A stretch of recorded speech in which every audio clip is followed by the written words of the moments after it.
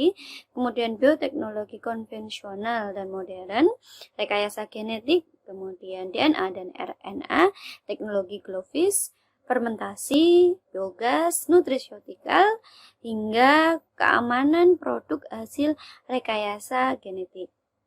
Capaian pembelajaran mata kuliah pada mata kuliah bioteknologi yaitu yang pertama, mahasiswa mampu menjelaskan tentang sejarah perkembangan bioteknologi.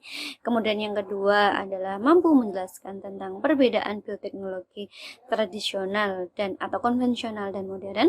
Kemudian mahasiswa mampu menjelaskan tentang rekayasa genetik dan teknologi glofis. Kemudian mahasiswa mampu menjelaskan tentang fermentasi dan kemudian mahasiswa mampu menerapkan produk bioteknologi yang berasaskan aman untuk manusia, lingkungan, dan sekitarnya. Materi pembelajaran, khususnya materi pembelajaran hari ini, memahami tentang proses fermentasi, macam-macam fermentasi, faktor-faktor yang mempengaruhi proses fermentasi, sampai pada akhirnya mampu membuat produk fermentasi saat nanti praktikum.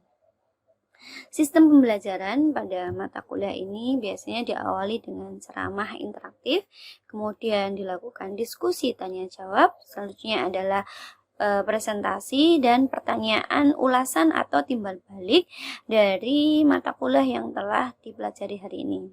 Metode pembelajaran yang digunakan pada pertemuan kali ini merupakan collaborative learning, di mana tujuan dari collaborative learning ini adalah dapat membangun kerjasama tim dengan mahasiswa dan meningkatkan komunikasi yang baik antar mahasiswa di dalam tim, sehingga nantinya mahasiswa terbiasa dengan kerjasama di dalam tim. Selain itu, mereka juga akan terasah atau berpikir kreatif terhadap hal-hal yang dikembangkan di mata kuliah bioteknologi perikanan, karena di akhir pembelajaran nanti atau di pembelajaran nanti mahasiswa diharapkan mampu menerapkan teknologi dari bioteknologi ini dalam pengolahan hasil perikanan yang aman dikonsumsi oleh konsumen. Dan yang terakhir adalah sistem penilaian dari mata kuliah bioteknologi ini adalah kuis berbasis interaktif, tugas tertulis, kemudian presentasi, kemudian nanti ada kerja praktikum, dan tentu saja adalah ujian tertulis berupa ujian tengah semester dan ujian akhir semester. Berikut merupakan cuplikan dari mata kuliah atau pembelajaran mata kuliah bioteknologi hasil perikanan dalam pembahasan tentang fermentasi hasil perikanan. Assalamualaikum warahmatullahi wabarakatuh. Waalaikumsalam warahmatullahi wabarakatuh. Slide-nya kelihatan sampai belakang? Terlihat, Bu. Oke, sehat semuanya? Alhamdulillah sehat, Bu. Oke, hari ini kita belajar tentang fermentasi pada produk perikanan.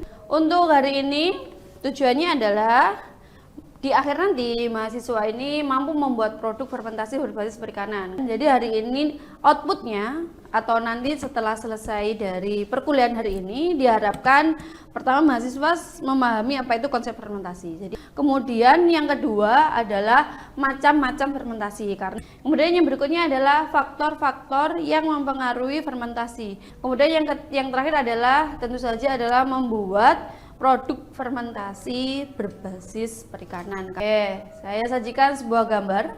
Nih, ini adalah produk yang sudah tidak asing tentu saja. Yang kanan apa? Kanan berarti kiri kalian ya. Ya. Yang kiri apa? Terasi. Kan. Ikan peda. Ikan peda asin. Kemudian yang ini? Terasi, Bu. Di ikan peda sudah pernah mencicipi? Sudah. Bedanya dengan asin biasa apa? Dari rasa asinnya tidak terlalu Bu. Asin banget gitu loh. Kalau ikan peda tidak terlampau asin. Iya. Sedangkan ikan asin biasa? Strong banget. Asin asinnya. pol. Iya. Kalau terasi, pasti sudah pernah nyoba ini. Iya, Terasi ini ada jenisnya nggak?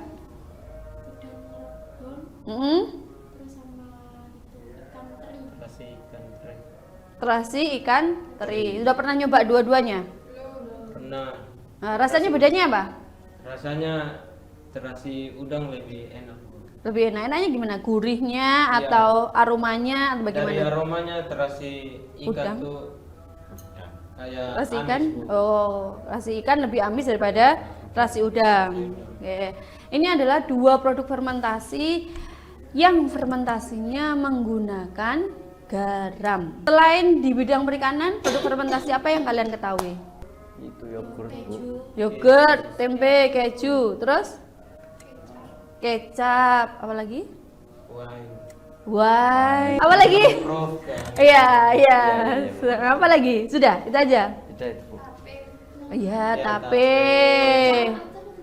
Acar. Tauco. Cincalo.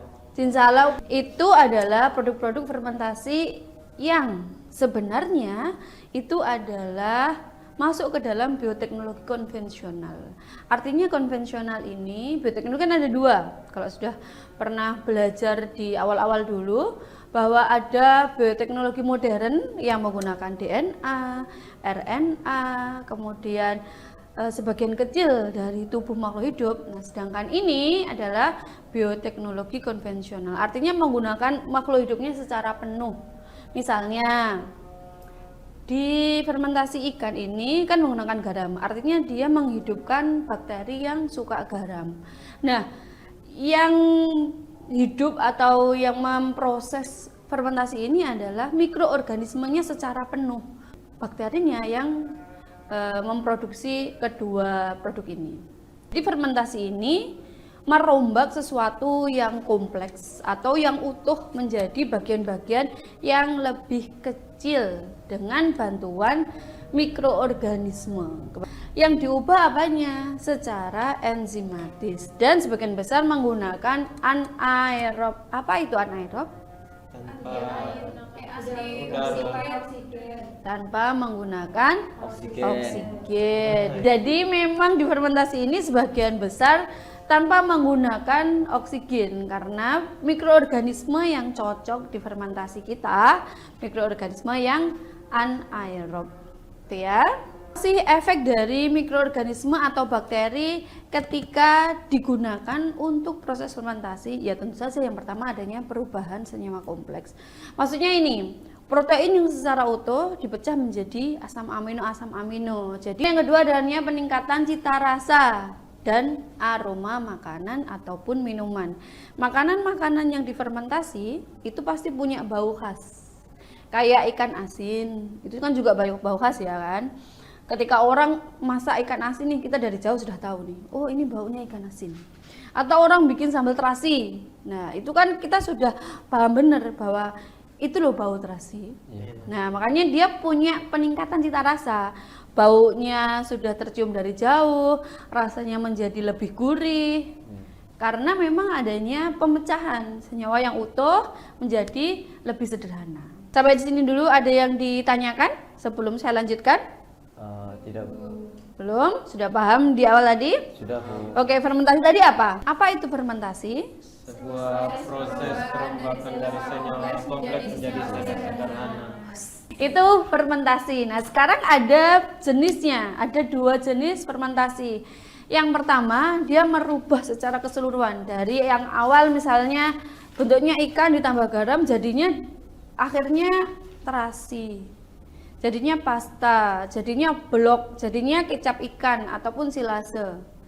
Kemudian yang kedua adalah dia tidak berubah secara bentuk, tapi dia memiliki daya awet seperti ikan asin. Ikan asin ini kan kalau kita tahu misalnya orang mengasinkan ikan teri. Di awal ikan teri bentuknya yang seperti kalian tahu nih ya. Nanti di akhir selesai proses kan tetap berubah, tidak berubah, tetap menjadi teri. Hanya saja menjadi lebih awet. Jadi ada dua. Yang pertama dia merubah atau menjadi bertransformasi menghasilkan produk dengan bentuk dan sifat yang baru. Kemudian yang kedua adalah adanya kemampuan daya awet. Jadi tidak merubah produknya, tapi hanya merubah sifat daya simpannya. Kalau fermentasi pada ikan itu sifatnya adalah menguraikan protein. Kenapa kok protein yang menjadi tujuan utama? Ada yang tahu nggak? Karena ikan banyak proteinnya itu, Bu. Ya, karena ikan banyak proteinnya atau kandungan proteinnya tinggi. Makanya kenapa yang utama dalam fermentasi ikan ini yang diubah adalah proteinnya, gitu ya. Selama proses fermentasi ini, protein dipecah menjadi asam amino atau bahasanya di sini dihidrolisis, dipecah menggunakan air, gitu ya. Dan peptida yang akan berlanjut sehingga menghasilkan cita rasa khas pada produk.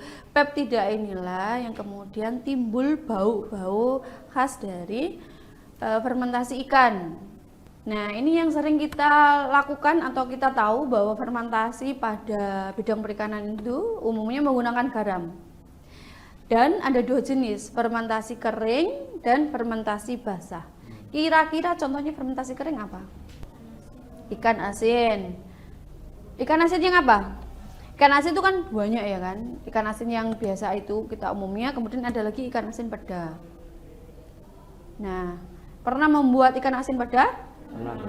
Ditambahkan air enggak? Enggak, Bu. Tidak.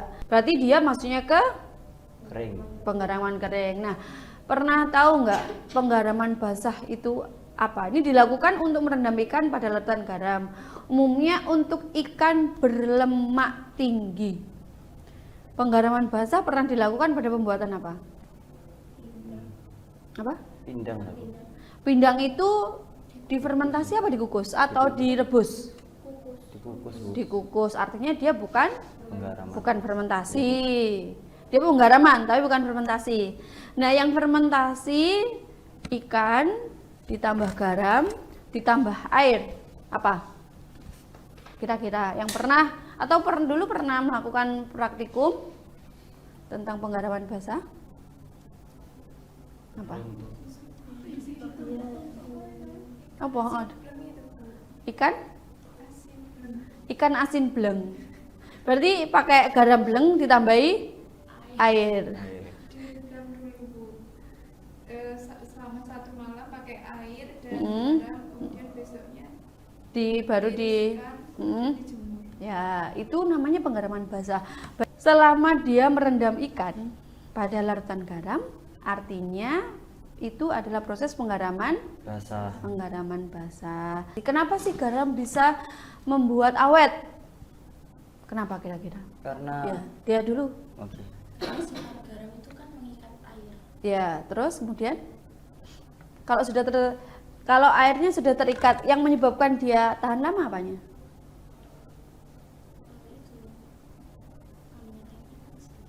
Kandungan airnya sedikit. Terus ada lanjutannya. Mau dilanjutkan, Febri? Oh iya, Bu. Jadi karena dari sifat asli dari garam adalah mengikat air, jadi kandungan air yang ada pada garam, kandungan air yang ada pada ikan itu diserap oleh dan diikat oleh sifat asli dari garam tersebut, sehingga daging atau ikan tersebut bisa bertahan cukup lama dari hari-hari biasa. Ada misalnya. Mau ditambahkan yang lainnya? Asih? Ya. Karena garam juga mengandung senyawa antimikroba. Kenapa? Dia bisa memperpanjang masa simpan. Iya. Dia mengontrol pertumbuhan mikroorganisme. Jadi hanya mikroorganisme halofilik saja yang tumbuh dan yang membuat proses fermentasi ini menjadi punya rasa yang khas, gitu ya. Yang berikutnya adalah meningkatkan cita rasa pada ikan. Tadi karena adanya perombakan protein. Betul. Kemudian membentuk tekstur yang sesuai dengan harapan konsumen karena adanya perombakan protein dan bahan kompleks lainnya, maka teksturnya bisa berubah sesuai dengan apa yang diinginkan. Ini adalah faktor-faktor yang mempengaruhi dari proses fermentasi apakah berhasil atau tidak. Ya. Yang pertama tentu saja suhu. Kalau terlalu dingin, maka fermentasinya tidak akan berhasil. Makanya kenapa kadang ada yang disimpan di suatu tempat, kemudian diangetin, ditambahin, ditutupin apa biar anget gitu ya kan. Nah, itu memang tujuannya agar proses fermentasi ini berjalan dan sukses gitu. Produknya jadi. Kemudian yang kedua ada oksigen. Yang ketiga adalah Air digunakan sebagai media pertumbuhan mikroorganisme. Jadi mikroorganisme ini bisa tumbuh karena adanya air. Kemudian terakhir adalah substrat atau media hidup. Misalkan nih, fermentasi di perikanan itu kan yang dipecah protein. Artinya media hidup utamanya adalah protein. Nah, kemudian kita ganti menjadi katakan karbohidrat. Kira-kira apa yang terjadi? Kalau makanan utamanya protein nih, kemudian kita berikan karbohidrat yang banyak. Nah, ya enggak mau. Berarti proses fermentasi ini akan gagal atau tidak jadi produk. Nah, apakah produk fermentasi bisa mengalami kerusakan? Ya tentu bisa. Utamanya produk kita ini adalah perikanan yang proteinnya tinggi. Artinya protein ini kan media yang baik untuk pertumbuhan mikroorganisme ya.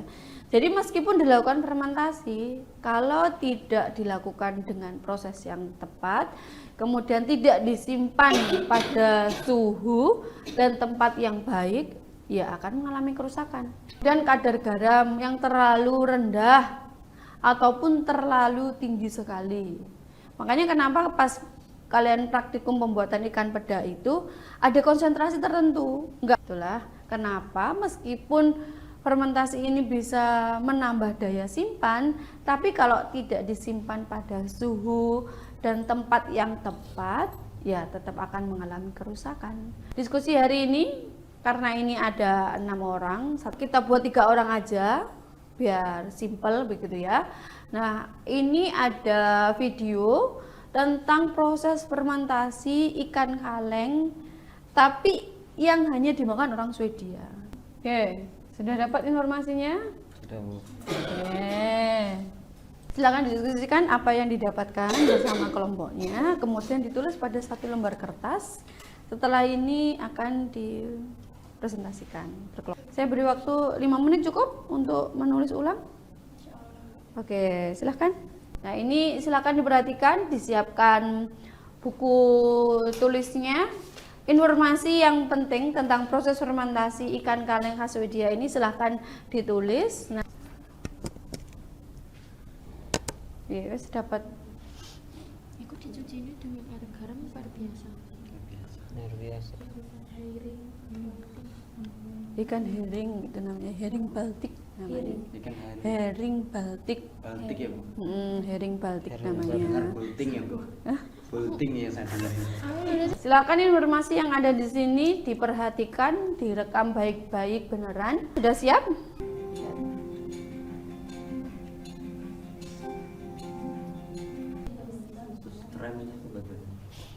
Makanan yang difermentasi terlebih dahulu.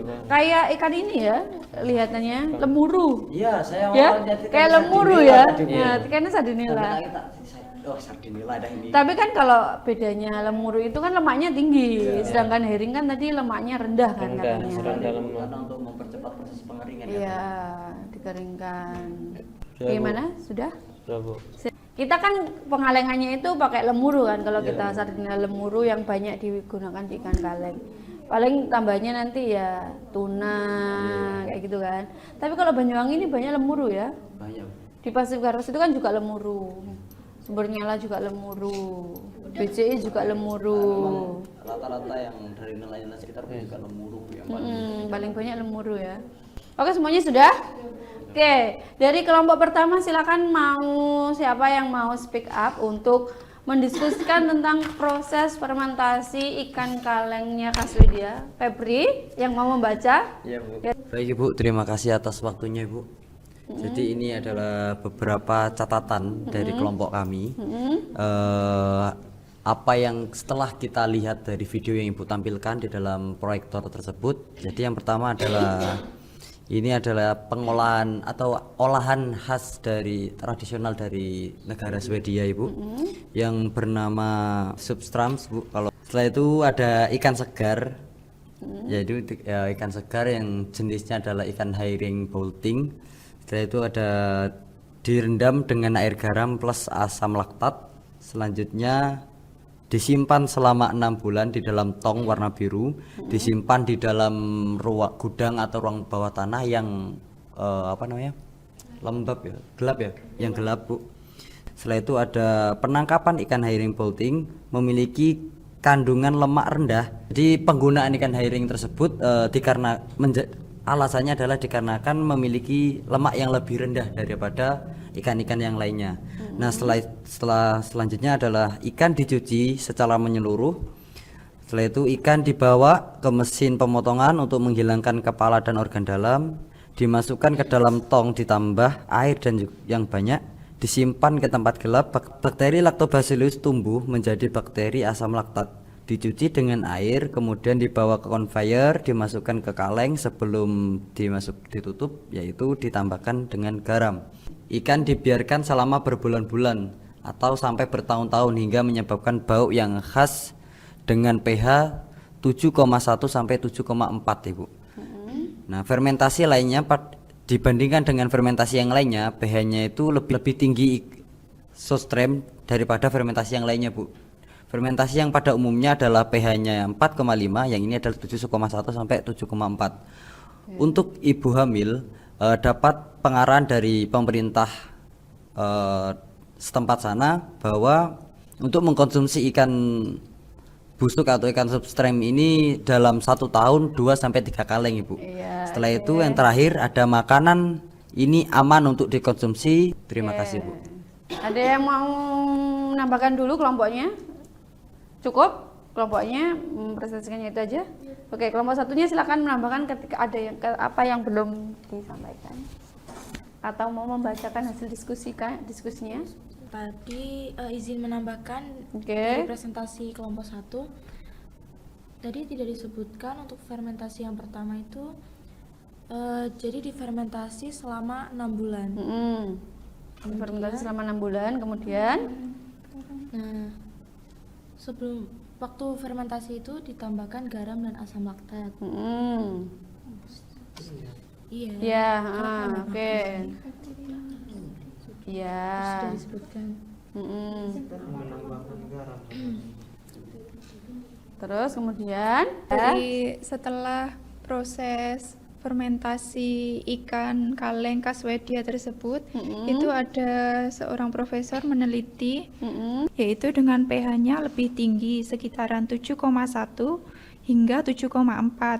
pH lebih tinggi, patogen otomatis tidak dapat tumbuh. Sedangkan pH fermentasi pada umumnya yaitu berada pada 4,5 pH-nya. oke. Kemudian untuk mengkonsumsi ikan kaleng tersebut, masyarakat Swedia itu harus jauh dari permukiman untuk menghindari bau tidak sedap tersebut. Oke. Sekarang kita gabung hasil diskusinya bahwa proses fermentasi ikan kaleng khas Swedia itu pertama-tama diawali dengan tentu saja menangkap ikan segarnya terlebih dahulu, ikan herring Baltik, ya kan? Yang kemudian kalau tadi kita lihat ditaruhnya di tong besar, ditambahkan apa? Garam dan air, kemudian asam laktat. Garam, air, dan asam laktat ini kalau tadi berdasarkan informasi digunakan untuk menumbuhkan bakteri Lactobacillus, yang memang Lactobacillus ini adalah bakteri yang memecahkan protein menjadi asam laktat. Oleh karena itu ada bau khasnya.